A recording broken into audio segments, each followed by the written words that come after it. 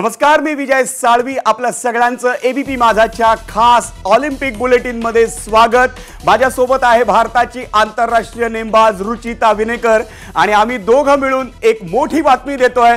ती बातमी म्हणजे पॅरिस ऑलिम्पिक मध्ये इतिहास घडवलाय मनू भाकरनं, भारताच्या मनू भाकरनं. कारण मनू भाकर ही नेमबाजीत ऑलिम्पिक पदक मिळवणारी पहिली भारतीय महिला ठरली आहे.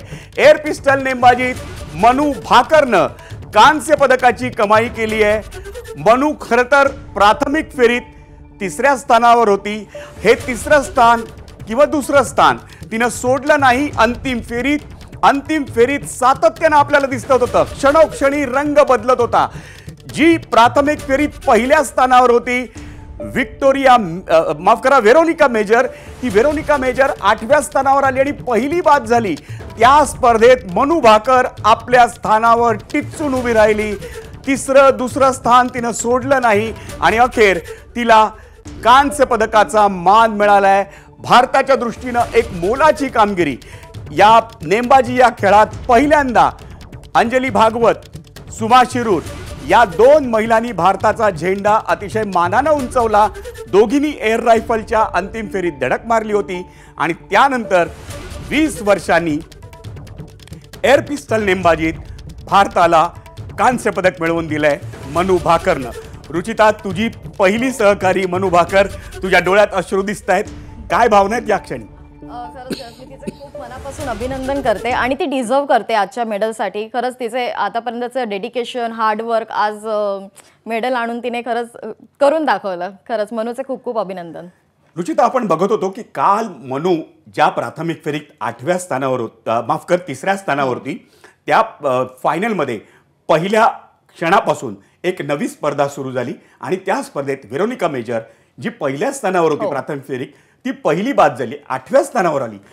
काय थरार असतो या अंतिम फेरीचा? शुअर, कारण की एवढ्या मोठ्या लेवलवर आपण जेव्हा खेळतो तेव्हा सगळ्याच गोष्टीचं प्रेशर येतं, एक मेंटली प्रेशर येतं आणि मग त्या प्रेशरला जर आपण प्रॉपरली हँडल करून जर टॅकल केलं त्या गोष्टीला तर ऑफकोर्स मनूसारखं आपण तर नक्कीच विजय जिंकू शकतो. तर आज मनूने ते करून दाखवलंय. मनूने करून दाखवलं. पण या क्षणी आपल्यासोबत पॅरिसमधनं आपला सहकारी ज्येष्ठ क्रीडा पत्रकार संदीप चव्हाण आहे. संदीप, दुसऱ्याच दिवशी भारताला पहिलं पदक मिळालंय, भारताचं पदकांचं खातं उघडलंय आणि मनू भाकरनं इतिहास घडवलाय. ऑलिम्पिकमध्ये पदक मिळवणारी ती पहिली भारतीय महिला नेमबाज ठरली आहे आणि तिनं कांस्य पदकाची कमाई केली आहे. हा क्षण तू अनुभवलायस, मोठे मोठे क्षण अनुभवलेस ऑलिम्पिकच्या कव्हरेजमध्ये. हा क्षण तुझ्या दृष्टीनं किती मोठा आहे संदीप? म्हणजे ऐतिहासिक क्षण आहे आणि मेडल जिंकल्यानंतर मनू भाकर कसं वाटतं, अश्रू होते आणि इतिहासातल्या प्रत्येक पत्रकाराच्या डोळ्यात अश्रू आलेले आहेत. मला असं वाटतं की भारतीय महिला नेमबाजांसाठी, म्हणजे माझाही स्वर दाखवून आलेला आहे, कारण भारतीय महिला नेमबाजांसाठी ही खूप मोठी गोष्ट आहे. सिडनी ऑलिम्पिकमध्ये अंजली भागवतने दाखवलेलं जे स्वप्न होतं, 24 वर्ष लागली ती स्वप्न पूर्ण करायला. मला आठवतंय, तू आणि मी आपण अंजली भागवतला जेव्हा तिचं रिपोर्टिंग करायचो, रिकाम्या बंदुकीतनं नेम साधणाऱ्या मुली होत्या. आज याच मुलीने रचलेल्या पायावर मनू भाकरने कवच रचलेला आहे. मला असं वाटतं की हा भारताच्या क्रीडा क्षेत्रासाठी, विशेषतः महिलांच्या नेमबाजीसाठी खूप मोठा ऐतिहासिक दिवस आहे.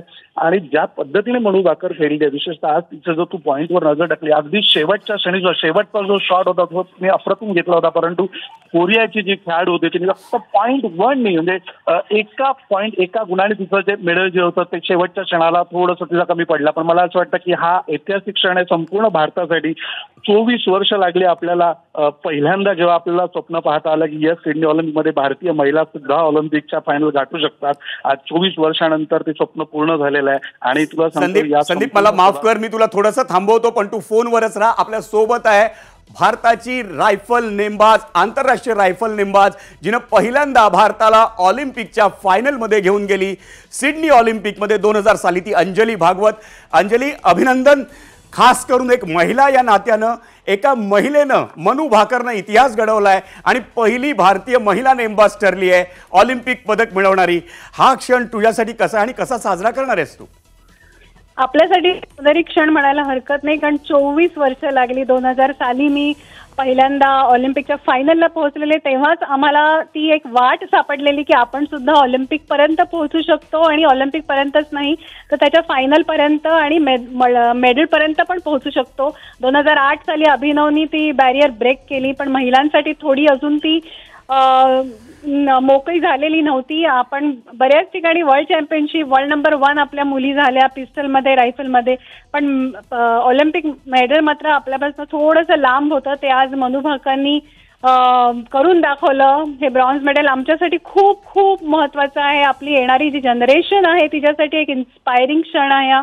आमच्यासाठी खूपच ऐतिहासिक आणि खूप आनंदाचा क्षण आहे. मनूनी घेतलेली मेहनत आणि तिच्या कोचेसचा सपोर्ट, जसपाल राणा जो तिचा पर्सनल कोच आहे त्याचं मी प्रामुख्याने अभिनंदन करते की त्यांनी तिला इतकं अतिशय व्यवस्थितरित्या गाईड केलेलं आहे. आणि हाच क्षण आहे आपल्या शूटर्सवर विश्वास ठेवताना आपल्या लोकल कोचेसवरही आपण तेवढाच विश्वास ठेवला पाहिजे. हे जसपालनी आता पुन्हा एकदा दाखवून दिलेलं आहे. फक्त फॉरेन कोचेस नाही, आता हा खेळ आपलाही झालेला आहे, आपल्यासाठी नवीन उरलेला नाही. तर आपण सगळ्या इंडियन शूटिंग अरिनाचं मी ह्याच्यामध्ये अभिनंदन करते आणि मला खूप आनंद झाला आहे. मनू आणि मनूच्या पॅरेंट्सचं, तिच्या आईवडिलांचं खास करून कौतुक आणि अभिनंदन.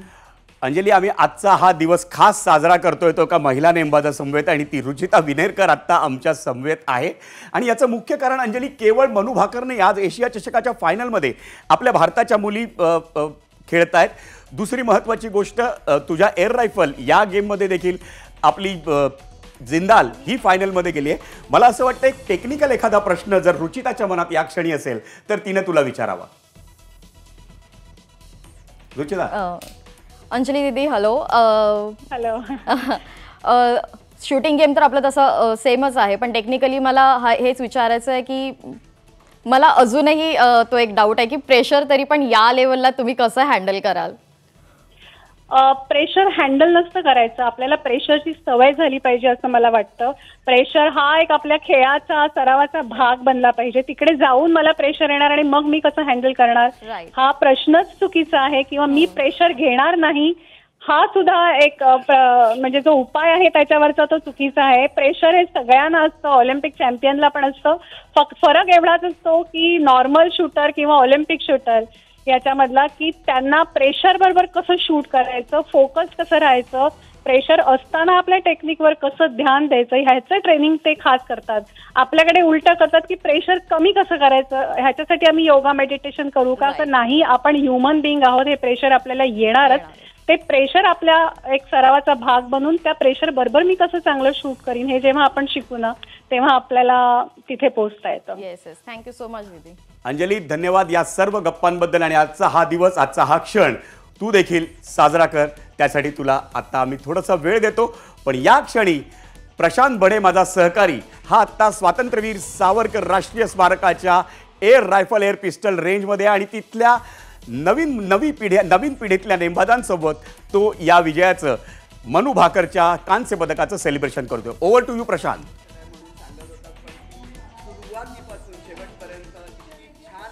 विजय, मी स्वातंत्र्यवीर सावरकर या रायफल शूटिंग क्लबमध्ये आहे आणि ही काही वेळापूर्वी चेअर्स करणारी सगळी मुलं आपण पाहतो आहे. भारताचं भविष्य आहे.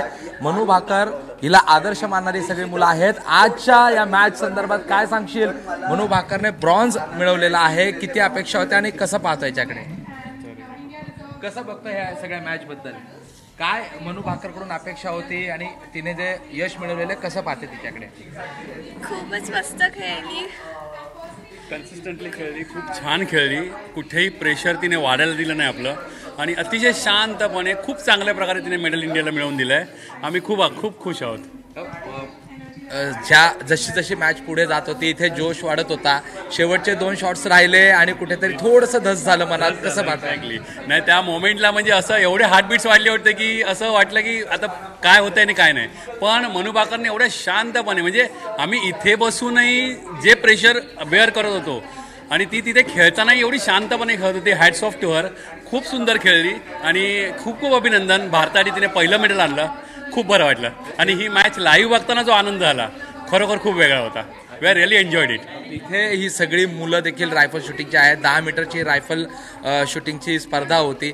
या मुलांना किती प्रेरणा मिळते अशा मॅचेसमध्ये? नक्कीच खूप म्हणजे खूपच फरक पडेल, कारण खूप गोष्टी या मनू भाकरकडनं, या अशा शूटर्सकडनं घ्यायच्या असतात ज्या ह्या लाईव्ह मॅचमधनं आपल्याला कळतात की फक्त शूटिंग या मॅचमध्ये चांगला शूटर जिंकतो असं नाही आहे. त्यांनी मध्ये सांगितलं की त्या मोमेंटला जो चांगल्या प्रकारे शूटिंग करतो तो विनर असतो. त्याच्यामुळे तुम्ही किती कन्सिस्टंटली किती चांगल्या प्रकारे खेळता आणि ते मॅच प्रेशर कसं बेअर करता, त्यातही तुम्ही किती शांतपणे शूटिंग करता हे मॅटर करतं. आणि यातून खूप काही आजची मुलं, आपली मुलं शिकतील, नक्की शिकतील. या लहान मुलांना किती प्रेरणा मिळाली आजच्या मॅचमध्ये? मला तरी वाटतं त्यांना खूपच चांगली आणि खूप जास्त प्रमाणात प्रेरणा मिळाली आहे. म्हणजे मला वाटतं याचा नक्कीच परिणाम त्यांच्या पुढच्या प्रॅक्टिस आणि शूटिंगवर होईल आणि अकॉर्डिंगली आपल्यालाही तसे मेडल्स मिळतील. आणि त्यांची अपेक्षा असेल की आपणही एक दिवस भारतासाठी खेळावं, आपल्या देशासाठी खेळून आपल्या देशाचं राष्ट्रगान आपण तिथे जगामध्ये वाजवावं. आणि खूप म्हणजे मला तर वाटतं खूपच हे लोक चांगल्या प्रकारे प्रेरित होतील. काही खेळाडू देखील आहेत. कसं पाहिलं मॅचकडे? खूप जल्लोष करत होतीस तू शेवटच्या match. It was a crazy experience आणि seeing such an experienced shooter like Manu and she's so young shoot amazing final आणि obviously तिने एवढ्या वर्ष एवढी मेहनत केली and then seeing it become fruitful as a bronze medal, amazing experience. And as a shooter you know I can feel की तिला किती धडधडत असेल की मलाच छाती तेवढा धडधडत होता and then managing that pressure of Olympics is commendable. Thank you. आणि आपण बघितलं विजय, खरं तर स्वातंत्र्यवीर सावरकर या क्लबमधून देखील अनेक खेळाडू जे आहेत ते पुढे भविष्यात देशासाठी खेळतील, परंतु एक आनंद आज या ठिकाणी ते घेताना पाहिले. थोडीशी कुठेतरी शेवटच्या याच्यामध्ये गडबड झाली, मात्र देशाला एक मेडल मनूने जे आहे ते मिळवून दिलेलं आहे. विजय, मनू भाकरनं देशाला कांस्य पदक मिळवून दिले आणि खऱ्या अर्थानं एक अभिमानास्पद कामगिरी आहे. जरी ते कांस्य पदक असलं याचं कारण भारताची ती पहिली महिला नेमबाज आहे जिनं पदकाला गवसणी घातली आहे. अंजली भागवतनं सुरुवात केली होती 2000 साली, सिडनी ऑलिम्पिकची फायनल गाठली होती एअर रायफलमध्ये. 2004 साली सुमा शिरूरनं फायनल गाठली होती एअर रायफलमध्ये. पण आता एअर पिस्टलमध्ये तब्बल 20 वर्षांनी, म्हणजे 2004 सालानंतर 20 वर्षांनी एक मुलगी, भारताची मुलगी फायनलमध्ये पोहोचली आणि तिनं कांस्य पदकाची कमाई केली आहे भारतासाठी एअर पिस्टलमध्ये. रुचिता, मला तुला जो प्रश्न विचारायचा आहे त्याच्यावर अंजलीनं खूप मोठ्याने अधोरेखित केलं आहे की गुरुचं खूप एक महत्त्व होतं आणि जसपाल राणानं मनू भाकरच्या या कांस्य पदकाच्या कामगिरीमध्ये जी मोलाची भूमिका बजावली आहे. काय असतं एक गुरुचं तुमच्या प्रती समर्पण? त्यांना जसं आपण शाळेत जातो, आपल्याला टीचरपासून सगळं टीचर्सना आपलं सगळं माहीत असतं की या विद्यार्थ्याला आपण कुठल्या पद्धतीने शिकवलं आहे किंवा आपल्याला आणखी एक महत्त्वाचा आणि मोलाचा माणूस मिळतोय, तो म्हणजे समरेश जंग. संदीप, तुझ्यासोबत समरेश जंग आहे. मला वाटतं समरेश सोबत तुझ्या गप्पा सुरू होते. हो, मी समरेशला बोलून देतो एक मिनिट. हेलो समरेश, विजय सालवी बात कर रहा हूँ एबीपी माझा से. बहुत बहुत बधाइयाँ. किस प्रकार से देख रहे हैं? आपको भी बहुत बहुत बधाई. बहुत बहुत शुक्रिया. मेरे साथ रुचिता विनेरकर भी है जो कि इंडिया के लिए खेलती है, एयर पिस्टल ही खेलती है. हम आपसे पूछना चाहते हैं कि किस प्रकार का टेंशन था, क्योंकि तीसरे नंबर पे थी, और जहां तक सवाल है कि हम यहां से एक लेमैन करके देख रहे थे कि वेरोनिका मेजर जो पहले स्थान पे थी उसे 8वें स्थान पे रहना पड़ा, वो पहली इस टूर्नामेंट से बाहर चली गई. किस प्रकार का टेंशन होता है और उस टेंशन को फेस करके मनू भाकर ने आज ब्रॉन्ज मेडल जीता है? देखिए, मैं कुछ भी बोल लूँ, मैं आपको एक्सप्रेस नहीं कर पाऊंगा किस तरह का प्रेशर होता है, टेंशन होता है. वो आपको खुद ही खड़े होकर देखना पड़ेगा. आप देखोगे तो ऐसा है कि होता है, प्रेशर बहुत होता है, एक्सपेक्टेशंस बहुत है. स्पेशली हमारे पिछले 2-3 ओलंपिक्स में कोई मेडल नहीं थे, तो उसके बाद से तो बहुत था कि पिछले 2 में नहीं थे, तो इस बारी था कि हमारा आना चाहिए. और पिछली बारी हमारा थोड़ा सा अनलकी रहा हमारा, पिछले नहीं तो हमारा कल भी मेडल आ सकते थे, लेकिन उसका प्रेशर भी था, तो उसने बहुत अच्छे से हैंडल किया उसको ना. अच्छी शूटिंग अच्छी की, बट थोड़ा सा जैसे बोल सकते हैं कि लक नहीं साथ दिया लास्ट मोमेंट पे, बट अच्छा शूटिंग किया मनु ने. एक मनु जैसे बहुत अच्छे से मैनेज किया उसने, उस जी, प्रेशर को बहुत अच्छे से मैनेज किया। जी बिल्कुल। मनु जैसे एक उभरते शूटर के लिए किस प्रकार की जंग थी ये, क्योंकि पिछले टोक्यो ओलंपिक में हमने देखा था एक माल फंक्शन हुआ था उनके पिस्टल में, लेकिन उसके बाद फिर से उभर कर आना और अगले ओलंपिक में पदक को हासिल करना, ये किस प्रकार का अनुभव रहा होगा मनु के लिए और आप सब सीनियर शूटर्स के लिए? देखिए उस टाइम वो माल फंक्शन होना तो बहुत मतलब अनलकी बोले जा जी, जाए बिल्कुल। तो, लेकिन उसके बाद ये उभर के आई है, तो वो दिखाता है कि उसके अंदर कितना मतलब कितनी उसने हिम्मत की है और कितना साहस से उसने उसको गोली चलाया, उसको मैनेज किया है कि उस चीज को ओवरकम करने के लिए। तो उसने बहुत मेहनत की है और उस मेहनत का रिजल्ट है आज का मैच। जी बिल्कुल। और एक सवाल मैं आपसे पूछना चाहूंगा कि मनु भाकर सिर्फ 22 साल की लड़की है, लेकिन पिछले 2 ओलंपिक में भारत ने एक भी शूटिंग का मेडल नहीं पाया था, लेकिन मनु भाकर ने जो आज कर दिखाया है उसकी वजह से शूटिंग को कितना बढ़ावा मिलेगा इस देश में वापस? बिल्कुल बढ़ावा मिलेगा, बिल्कुल मिलना भी चाहिए, क्योंकि बहुत मतलब इंटरेस्ट तो सबका है ध्यान है और हमारा शूटिंग पे सबका ध्यान था और लोग एक्सपेक्ट भी कर रहे थे शूटिंग से मेडल, तो हम लाए हैं और बढ़ेगा इससे और लोगों में बच्चों में और आएगा उसके अंदर। बहुत बहुत शुक्रिया समरेश एबीपी माझा से बात करने के लिए। धन्यवाद। ज्या पद्धतीने समरेश आपल्याला सांगत होता की तुम्हाला स्वतः तिथं उभं राहून एक्सपिरियन्स करायला पाहिजे, अनुभव घ्यायला पाहिजे की कशा प्रकारचं दडपण असतं, आणि या दडपणात जिथं महाभारतात आपण पाहिलं की कृष्ण पाठीशी होता म्हणून अर्जुन त्यात पराक्रम गाजवू शकला, आज मनुच्या भागेत जसपाल राणा होता, तो मुद्दा तू सांगत होतीस, त्या मुद्द्याला पुन्हा कसा घेऊन येशील? येस, मी हेच सांगते की प्रत्येक कोचला माहीत असतं की आपला प्लेयर किंवा आपला शूटर कुठल्या पद्धतीने शूटिंग करतो, त्याची क्वालिटी काय असते हे प्रत्येक कोचला माहीत असतं। तर त्या प्लेयरला कुठल्या पद्धतीने आपण ग्राफ केलं पाहिजे, त्याला कसं पॉलिश केलं पाहिजे, हे सगळ्या गोष्टी कोचेसला माहीत असतात। तर हेच बऱ्याच वर्षापासून मनु जसपाल भैयांकडे ट्रेनिंग घेते, सो त्यांना तिच्या इच अँड एव्हरीथिंग सगळ्या गोष्टी माहिती आहेत, गुण दोष सगळे माहिती आहेत। हो बरोबर।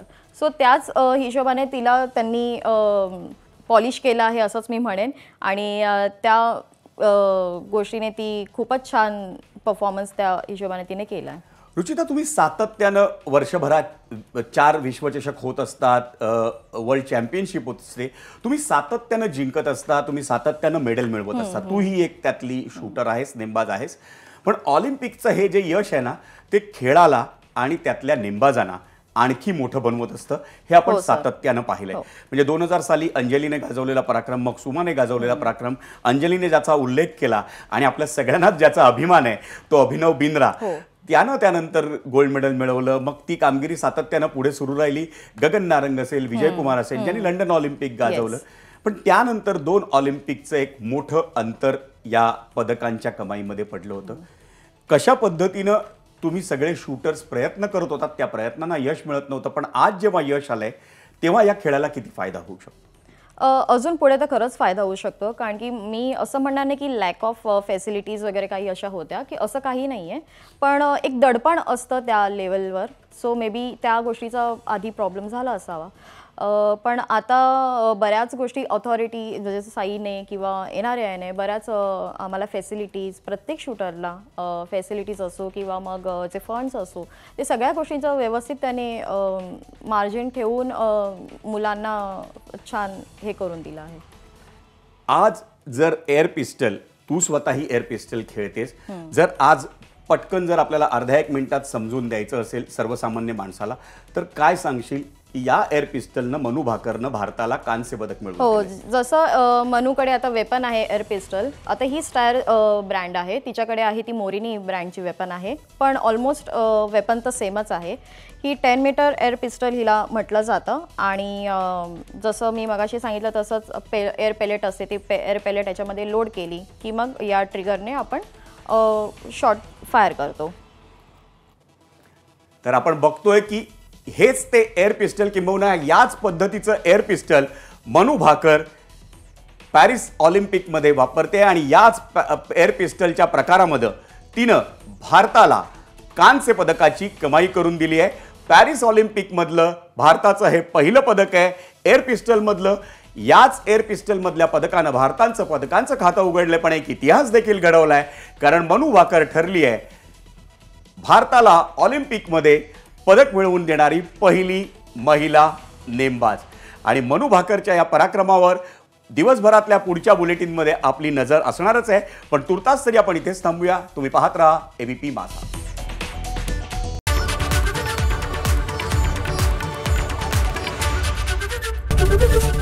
एबीपी माझा, उघडा डोळे बघा नीट.